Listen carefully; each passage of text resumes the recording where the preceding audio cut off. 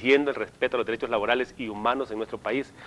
Uno de los planteamientos que se va a hacer este día es que por lo menos el Estado asuma la responsabilidad en cuanto a la seguridad ciudadana, porque estamos presos en nuestras casas, somos presa de la delincuencia, con la colusión del sistema judicial, igual con la policía. El alto costo de la canasta básica, sin plantear el alto costo de vida. Luego estamos planteando al Congreso la derogación de leyes que han venido a menoscabar los derechos del pueblo hondureño y los trabajadores. Esa ley de empleo temporal ha venido a flexibilizar el trabajo. Esas comidas rápidas, antes de que se aprobara esa ley, despidieron los trabajadores y los recontrataron a medio tiempo y los hacen trabajar 6 horas y les pagan por 4. Ellos son los grandes ganadores y el trabajador perdió la mitad de su salario, ¿no? Luego esa ley fundamental de educación, eso es fatal para el pueblo hondureño. Esa ley de asociación pública-privada, ahí lo que se pretende es privatizar las empresas del Estado. Y esa ley de las ciudades modelo, esa ley pretende entregar nuestra soberanía a extranjeros. Entonces estamos planteando a ese Congreso que esas leyes deben de revertirse y estamos planteando también que se emita una nueva ley, una ley integral de reforma agraria que le permita al campesino acceso a la tierra, a tecnología, a créditos y a poder comercializar los productos. Nosotros hemos planteado que el desarrollo de Honduras no esté en las maquilas. Las maquilas no dejan absolutamente nada que un empleo mal remunerado y precario. Hemos planteado que la inversión debe de hacerse en el campo. Una, para garantizar la seguridad alimentaria del pueblo hondureño, para poder exportar, y ahí es donde Honduras puede crecer, pero necesitamos inversión pública y privada, porque de lo contrario no va a haber ni generación de empleo y el pueblo va a seguir sumergido en esta crisis. El pueblo hondureño, la mayor parte del pueblo hondureño está sumergido en calamidad doméstica, porque ni siquiera tiene el acceso a la seguridad alimentaria.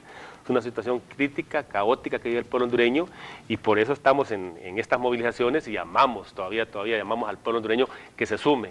Estas movilizaciones van a estar en 16 departamentos del país. Hay movilizaciones por todo el país y esta dinámica se va a seguir manteniendo en el transcurso de los días hasta que logremos revertir todos esos procesos negativos en contra de los sectores sociales. Don César, escuchamos pues lo que nos pone don Solís Baquedano y es muy real todos los problemas de que nos está hablando. Él dice, bueno, no ha cambiado prácticamente nada de la huelga del 54, las condiciones sociales, dicen que incluso podemos estar en un proceso involutivo. Considera que realmente los problemas sociales en el país se agravan y a veces son cíclicos que se repiten y eso hace que siempre las luchas sean constantes y los gobiernos no reaccionen ante estas peticiones. Bueno, mira, han pasado casi 50 años desde la huelga. Las problemáticas que se están planteando ahí son las mismas, pero han cambiado las formas. Creo que en 50 años los diferentes gobiernos probaron un montón de cosas que efectivamente no han funcionado.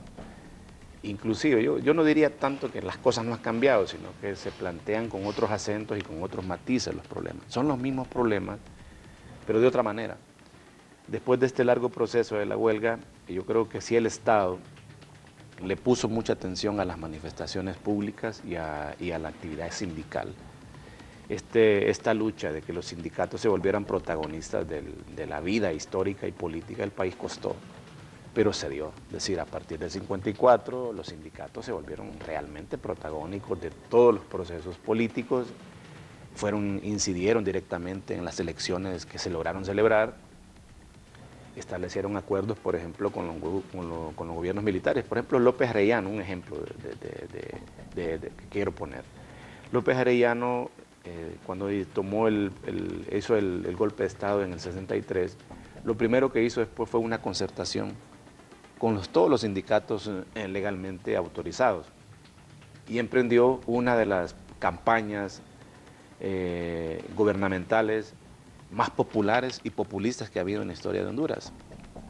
Prácticamente le entregó el protagonismo del Estado a los sectores populares, al grado que López Arellano se metió en severos problemas con las clases terratenientes, porque la reforma agraria que él planteó era la expropiación y la instalación y la dotación de tierra a miles de familias, y eso se hizo. ¿Por qué? Porque había una ilusión en ese momento, que es lo que dice Baquedano, que hay que volver a invertir en el campo. Ya se hizo eso.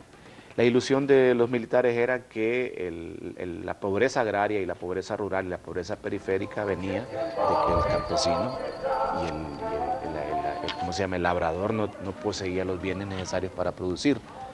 Entonces estábamos ilusionados en ese momento. El país se ilusionó con la idea de que dotando al campesino de tierra, de insumos, de tecnología, de capacitación, el campesino se iba a convertir en un potentado. No sucedió. Y te hablo de uno de los procesos. Después se intentaron muchos procesos. Después Baquedano sabe que se promovieron las famosas invasiones inducidas, que era que ya las tierras que estaban en disputa se dejara de disputar por las tierras que estaban a la vista y se pasara a poblar y colonizar tierras que nadie quería habitar porque estaban lejos de los centros urbanos. Fue así como, por ejemplo, grupos de Santa Bárbara fueron a dar a Olancho, grupos de Lepaera y de La Paz fueron a dar al Bajo Aguán, etc. Hubo una movilización inducida de migraciones para dotar a la gente de tierra y no pasó nada. Es decir, hay en el fondo de todo esto, de toda esta pobreza que nosotros hoy sufrimos todos, porque la pobreza la sufrimos todos, la pobreza la sufre cualquier persona independientemente de la condición económica que tenga. Digamos, el rico está a merced de ser asesinado, a merced de que sus hijos sean secuestrados, tanto como el pobre. Entonces, al final, como resultado de esto, en el 2012 nosotros tenemos un país que no funciona. Y no únicamente porque el rico o el oligarca, como se le ha llamado, ha emprendido campañas contra el trabajador, sino también porque las soluciones que el gobierno ha buscado no han funcionado. La CONADI es otro fracaso. El Corfino fue otro fracaso. Con el Corfino se intentó hacer de las zonas marginales, rurales, a través de la madera, el negocio del país. También fue un fracaso rotundo. Es decir, se han fracasado en 2 reformas agrarias, fracasó Corfino, fracasó la titulación. Es decir, todo ha fracasado con nosotros. Entonces la pregunta que yo siempre me hago no como ideólogo, porque ya no me considero un ideólogo, sino como filósofo de este país, es ¿qué es lo que realmente los funcionaría a los hondureños? ¿Qué? Estamos en la búsqueda de eso. ¿Qué tipo de sistema o qué tipo de estructura económica o qué tipo de motivación? Yo no sé, hay algo que está mal en nosotros los hondureños, de manera que hemos probado todo lo que han probado todos los demás países y en nosotros no ha funcionado. Precisamente le voy a consultar a don Celis eso. ¿Qué esperan los trabajadores a que se logre hoy? El gobierno, pues, este gobierno se ha caracterizado de ser, entre comillas, abierto al diálogo. A veces, bueno, tuvo diálogos nacionales, acuerdos aquí, acuerdos por allá, acuerdos por todos lados, pero no se traduce esto en acciones. Y así se pasa el tiempo, llevamos más de 2 años y solo son diálogos, acuerdos, diálogos, y no se ven los resultados. Y está llegando, pues, un punto de la sociedad en que ya, pues, que necesita es resultados, no firmar un papel y que después no se va a cumplir, o salir en una cadena de televisión diciendo hablamos de esto y acordamos lo otro, pero no hay resultados. ¿Qué esperaría, José Luis? Considera usted que esperan los trabajadores que el día de hoy, pues, el gobierno reaccione de alguna manera, y de qué manera le gustaría que fuera? Bueno, hablando de esos diálogos, ha sido un diálogo de sordos, ¿no? Más lo veo así como una masturbación mental. Hasta este momento no se ha hecho absolutamente nada. A medio periodo del gobierno de don Pepe Lobo no se ha visto ningún cambio. Al contrario, yo recalco, ha habido un proceso involutivo. Dicen que Honduras es un país pobre. Honduras no es un país pobre, Honduras es un país rico, es un país empobrecido por los grupos fácticos, por los grupos oligárquicos que han manejado el Estado como propiedad, como hacienda pública, y le han negado el derecho al pueblo hondureño a vivir con dignidad. Con el Zelaya se empezó a trabajar en el proceso de la reforma agraria, con el decreto 18-2008, cuando se le garantizaba al campesino un acceso a un pedazo de tierra, y después del golpe de Estado fue derogado, porque no quieren darle la oportunidad al campesino de que tenga la posibilidad de un pedazo de tierra.